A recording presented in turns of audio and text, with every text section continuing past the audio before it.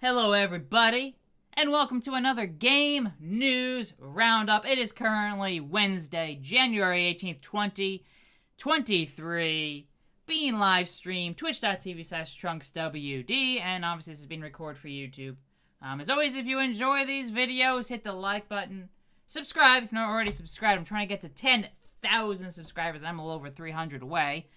This has been a long thing. I've been doing YouTube since late 2012-ish, although that was mainly just gaming Let's Plays back then, and now it's this Game News Roundup I've been doing since... I'm trying to think. Last fall? Last summer?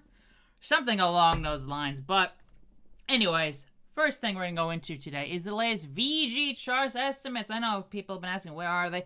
I've been waiting for the monthly reports to come out for more figures, so our initial estimates are more accurate, which is how we'll be doing things going into the future with 2023. But we've now have estimates through December 17th. The estimates for December 24th, week ending December 24th, should be out by the end of this current week. So by the time you're watching this, it might be live. And then the last week of 2022, the week ending December 31st, should be out sometime next week. Probably Monday or Tuesday are the most likely odds. The first thing, VGChartz estimates through December 17th, specifically December 17th, we've got 119.74 million. Lifetime sales of the Switch, 29.3 million of the PS5. Now, quickly mention, yes, Sony did announce PS5 has passed 30 million sell-through lifetime, which with the final 2 weeks of December will probably be at like 30.5-ish million or so. We have Series X and S estimates at 20.63 million lifetime as well.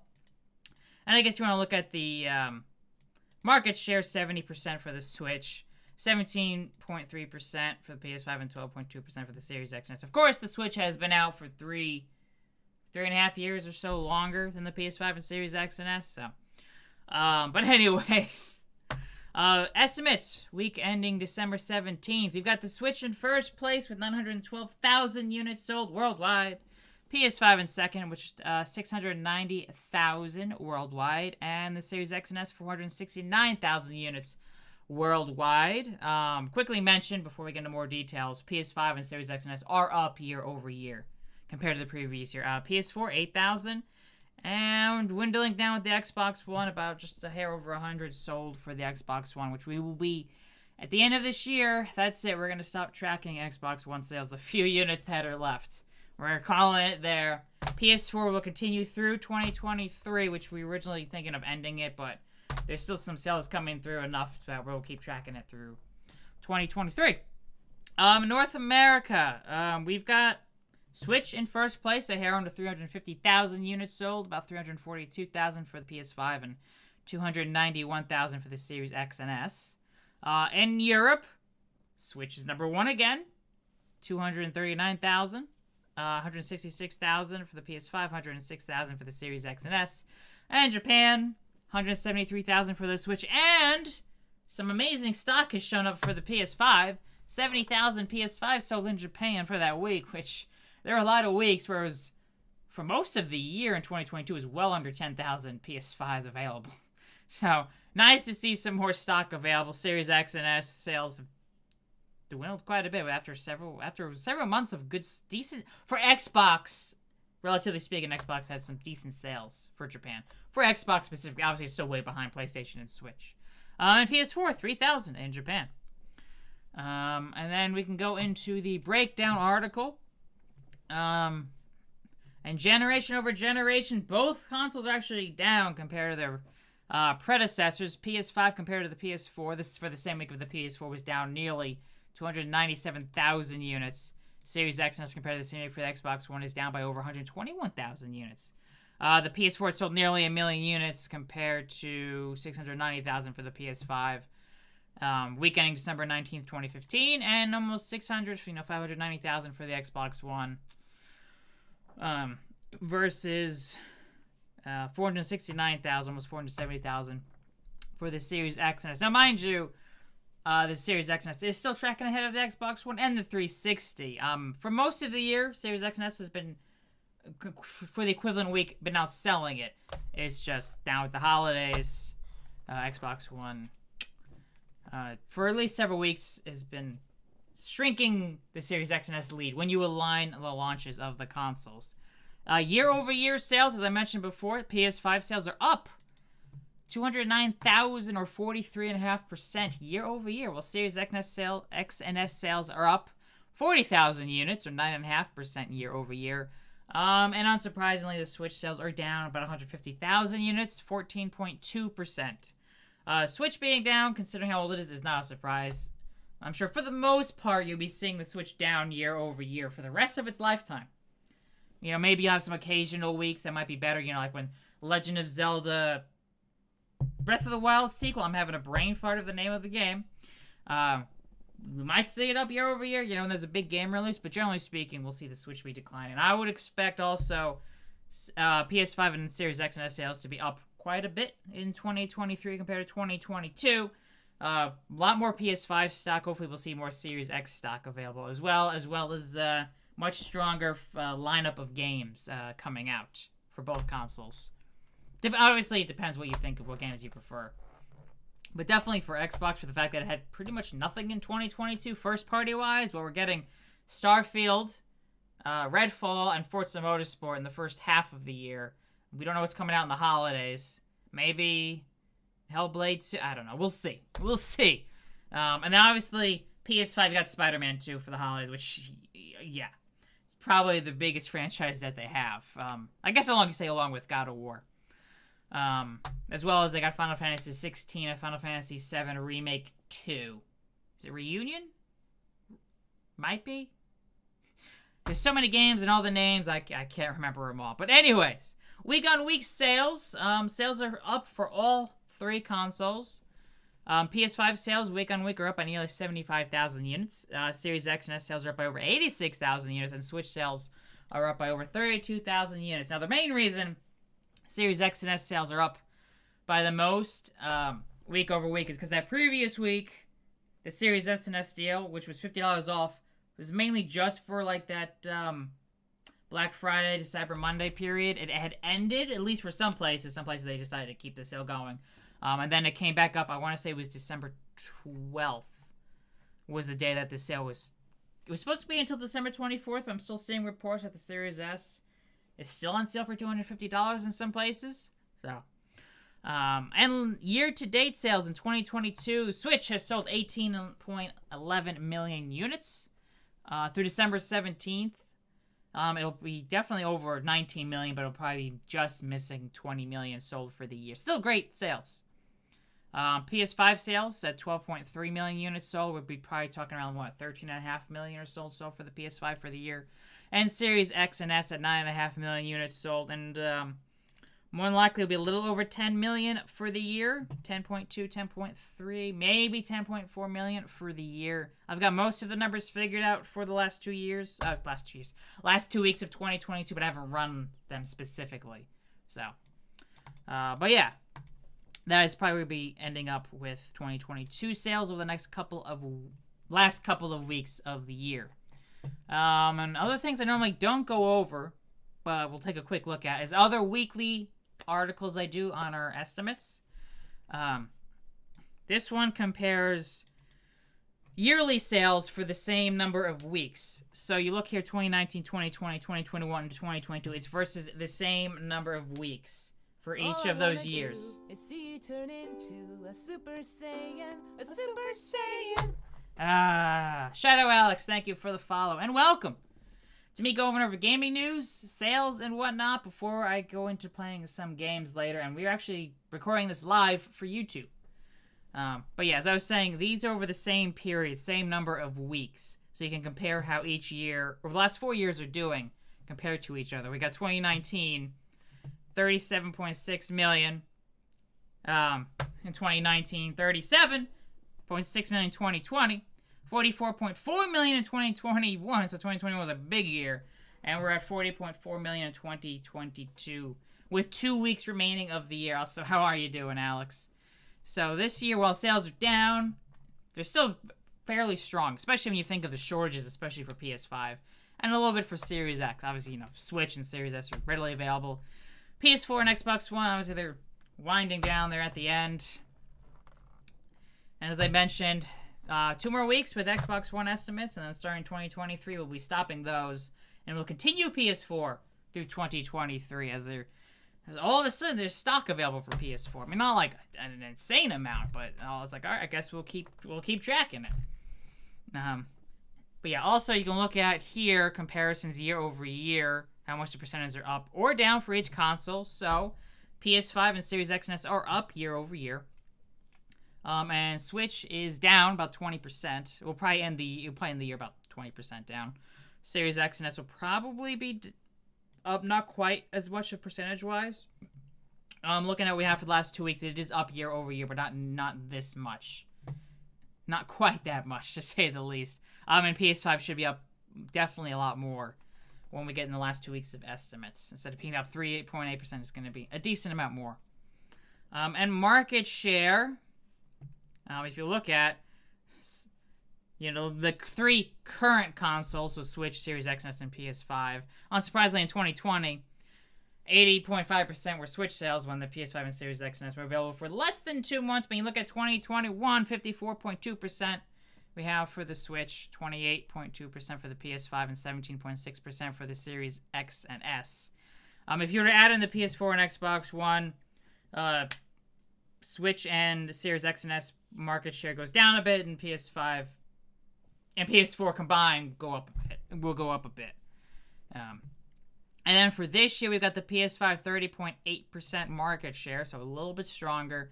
Series X and S 23.8%, and which means Switch has gone down to 45.3% market share. And then this one here is lifetime sales. So these are complete lifetime sales for each of these years, as well as overall lifetime sales worldwide, which we've already gone over. We can go into launch aligned sales for the big 3. So you got PS5, Series X and S, and Switch launch aligned. So through 110 weeks, you look here. Worldwide, we got Switches in first. After 110 weeks, just a hair under 33 million. 22.3 million for the PS5 and 20.6 million for the Series X and S. And you can see how here it is on this graph here. And that is worldwide estimates. And then we go to U.S. estimates. Things are a whole lot closer in the U.S. than pretty much anywhere else. If I did UK specifically, that would be, at least this year, or technically last year, 2022 sales would be closer. But we've got, after 110 weeks, about 11.5 million for the Switch, 11.27 million for the PS5, and we just have it passing 10 million for the Series X and S in the U.S. Through 110 weeks. Based on the available data we have and doing our estimates based on that stuff. Extrapolating to get worldwide figures. Europe, PS5 is in first with 9.2 million. 8.4 million for the Switch and 5.2 million for the Series X and S. And PS5, most likely between I'm pretty sure PS5 will end up number 1 ahead of the Switch by the end of the time. By the time they both stop selling, PS5 should be in first. US, you know what? It's so close, hard to say. You never know. Something could come out, something go crazy, sales could die down in the end. I would give the advantage to the Switch, just saying how popular it is, but you never know. And in Japan, well, it's the most lopsided place with the Switch. Miles and miles ahead of the PS5, and especially the Series X and S. 7.6 million for this Switch through 110 weeks. 2.3 million for the PS5, and 400,000 for the Series X and S through 110 weeks. Going into some of the monthly sales reports, so we got U.S. December figures reported by NPD, which December is a 5-week period, November 27th to December 31st, 2022. Switch, number 1 selling console in the U.S. in December. PS5 was the second best-selling console in December in terms of units sold. Series X and S came in third place in terms of units sold. And then if you were to look in terms of revenue, PS5 was number 1. It is far more expensive than the Switch, so it being number 1 in revenue is not a big surprise. Switch was number 2 in revenue, and Series X and S was third in revenue. For the entire year of 2022, Switch, best-selling game in the U.S., PS5 in second, and Series X and S in third.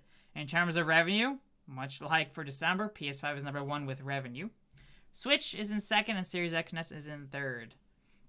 Overall spending on video games in December in the U.S. were up 2% year on year to $7.59 billion. Spending on video game content, which is mainly, you can say, video game sales, software figures, and DLC, decreased 1% to $5.55 million. But video game hardware sales revenue increased 16% to $1.53 billion.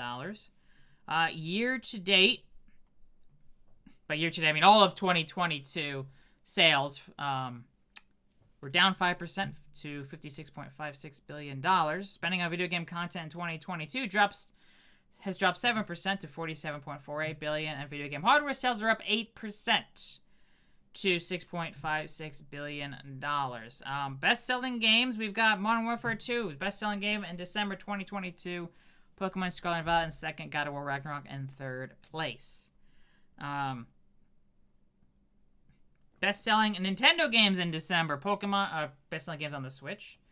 I guess on Nintendo platforms. Pokemon Scarlet and Violet in first, Mario Kart 8 in second, Mario & Rabbids in third, Just Dance in fourth, Sonic Frontiers in fifth, Smash Bros. In sixth.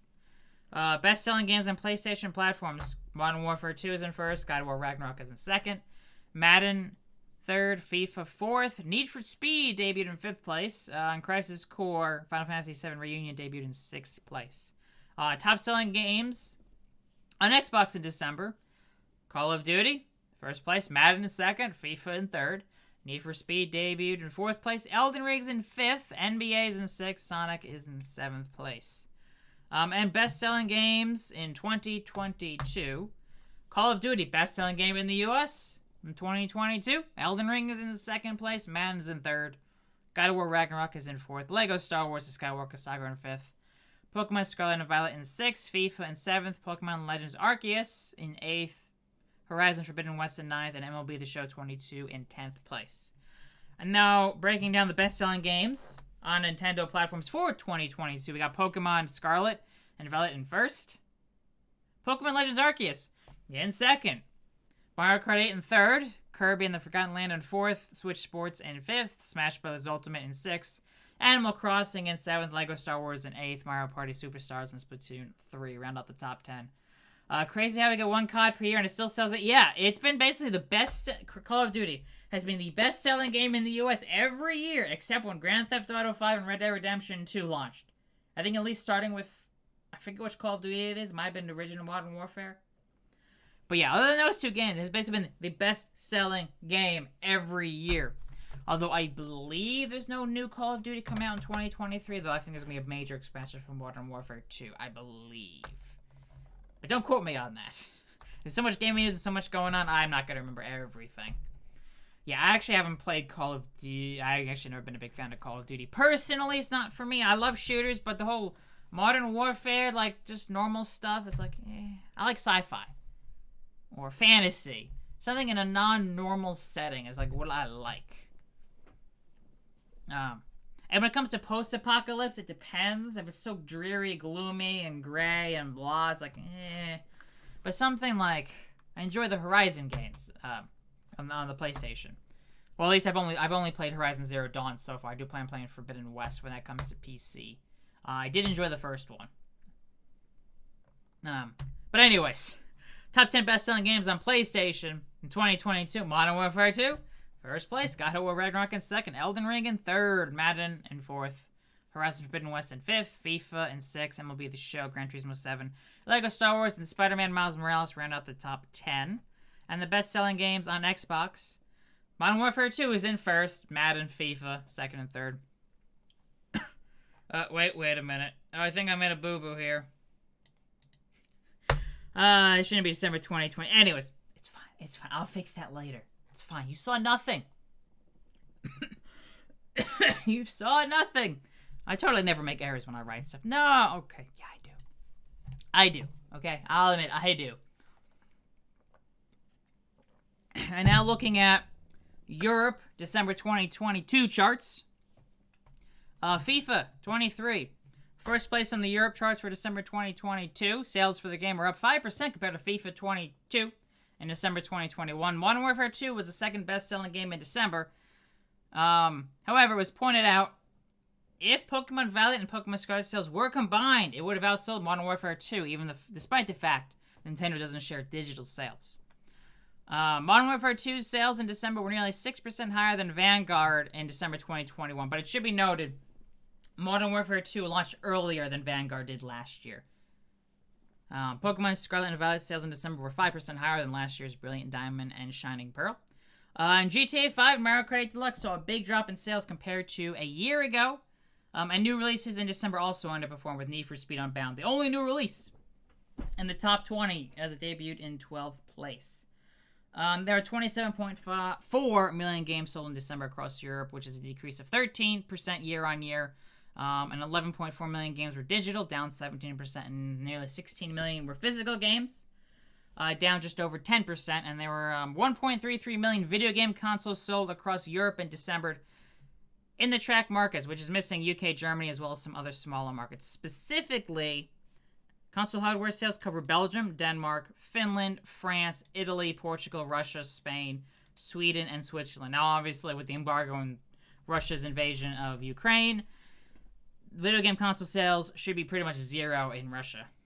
So, but yeah, that is what the console sales cover. So yeah, it is missing Germany and UK, but we do get the monthly UK report. Germany is like one of the biggest places where the limited data is available on a consistent basis. So we just we get like big numbers like once a year with big reports that come out. I'm like, all right, how did the consoles do in Germany compared to other places in Europe? And we kind of use that to help with our estimates when we do all the different Europe estimates and all the different countries in Europe and regions. But anyways, console sales are down 19% compared to December 2021. All three consoles did see a decline in sales. However, the Switch and Series X and S saw the steepest drop, while PS5 sales declined just 3.4% compared to last year. However, the Switch was comfortably the best-selling console in the tracked European markets for December 2022. And there were also more than 1.8 million accessories sold in Europe, which is a drop of 11%. And the PS5 DualSense controller was the best-selling accessory, with sales up 66% compared to last year. So the best-selling games, again, FIFA is in first, Modern Warfare 2 is in second, God of War is in third, Pokemon Violet's in fourth, GTA 5 is in fifth. Yeah, that game keeps on selling. Even if sales are down quite a bit compared to last year. Switch Sports is in sixth, Mario Kart 8 Deluxe is in seventh, Pokemon Scarlet's in eighth, Red Dead 2 is in ninth, and Just Dance 23 is in 10th place. Again, these are Europe, December 2022 figures. It does not include all markets, includes most of them across Europe. I mean, console sales are missing some stuff, and there's some stuff missing. It's basically all the data is available is what's in this one. And big news from today. I hate to do bad news, but we gotta cover this. Microsoft has laying off 10,000 employees, which is a bit under 5% of its 220,000 workforce. The layoffs they do plan on taking place by the end of the current fiscal year, which ends on March 31st, 2023. Although some people, their last day, I'm hearing some people is on Friday. Microsoft CEO Satya Nadella stated customers increased their spending during the pandemic, so they were hiring a lot more people. Of course, now it's unsurprising the pandemic's down, spending is down, so now they've decided to lay off 10,000 workers. I do hope everyone's able to find jobs quickly and is able to get the support they need. Also, with the layoffs, Microsoft is taking a $1.2 billion charge related to severance costs. So hopefully the people getting laid off will get some severance packages to help them for, 3 months, 6 months or something of paying. We don't know. This stuff is still coming through.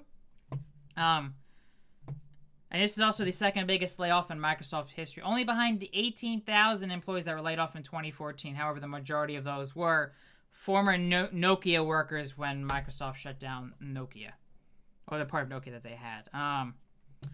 And sources have told The Verge layoffs at Microsoft affect employees working on HoloLens and Microsoft Edge, as well as marketing teams, 343 Industries, and Bethesda.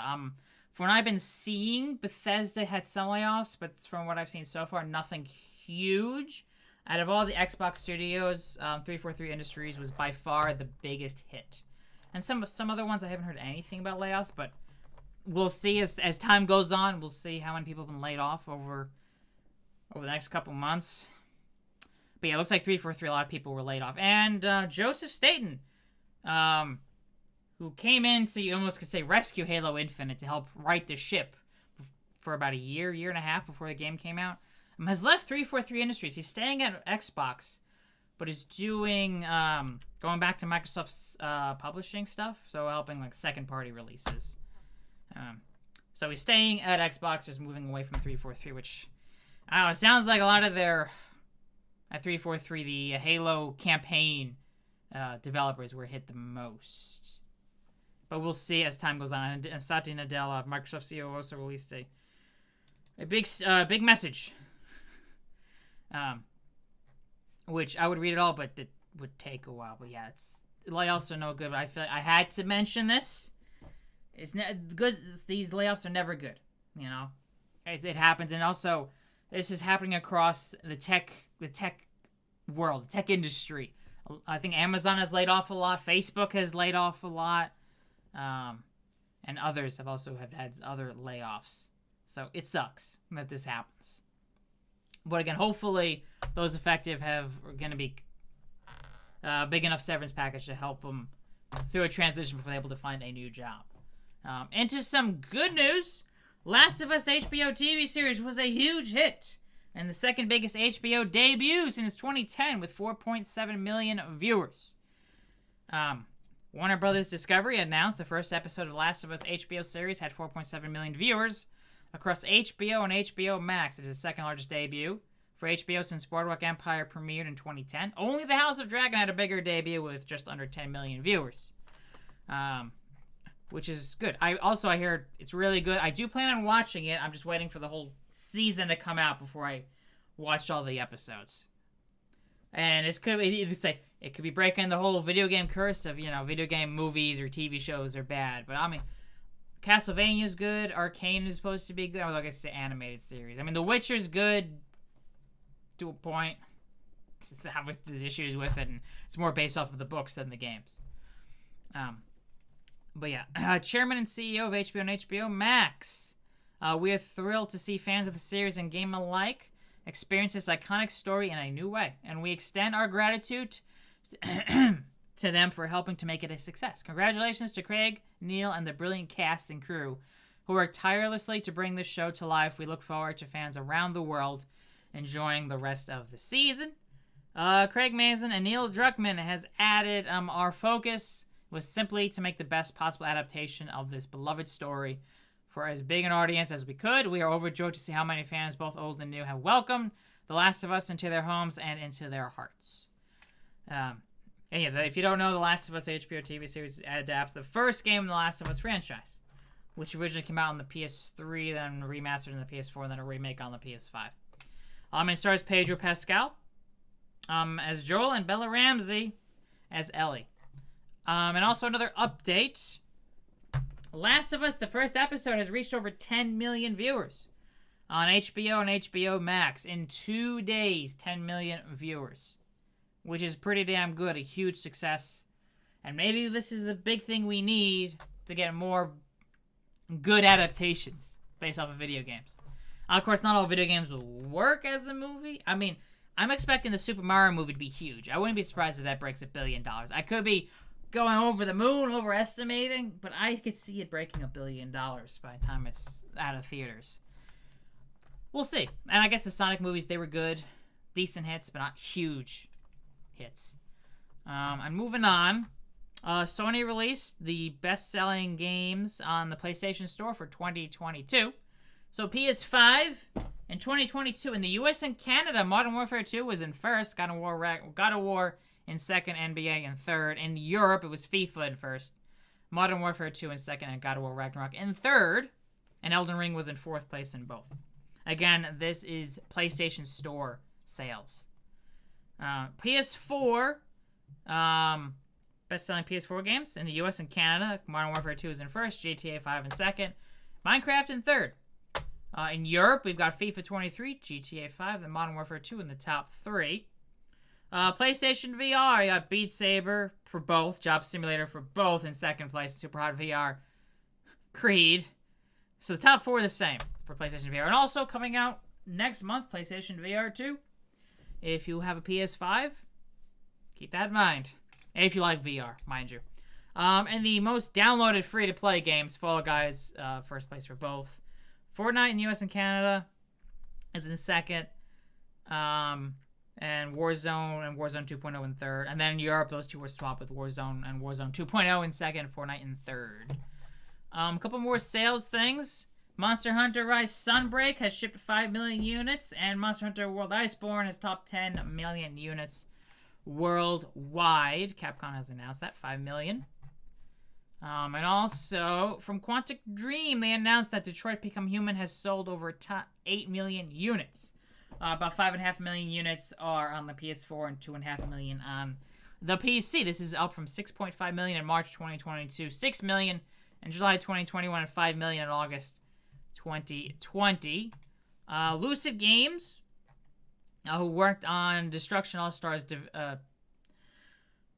PlayStation, announced that they are working with Rare to help develop, I guess, more content for Sea of Thieves.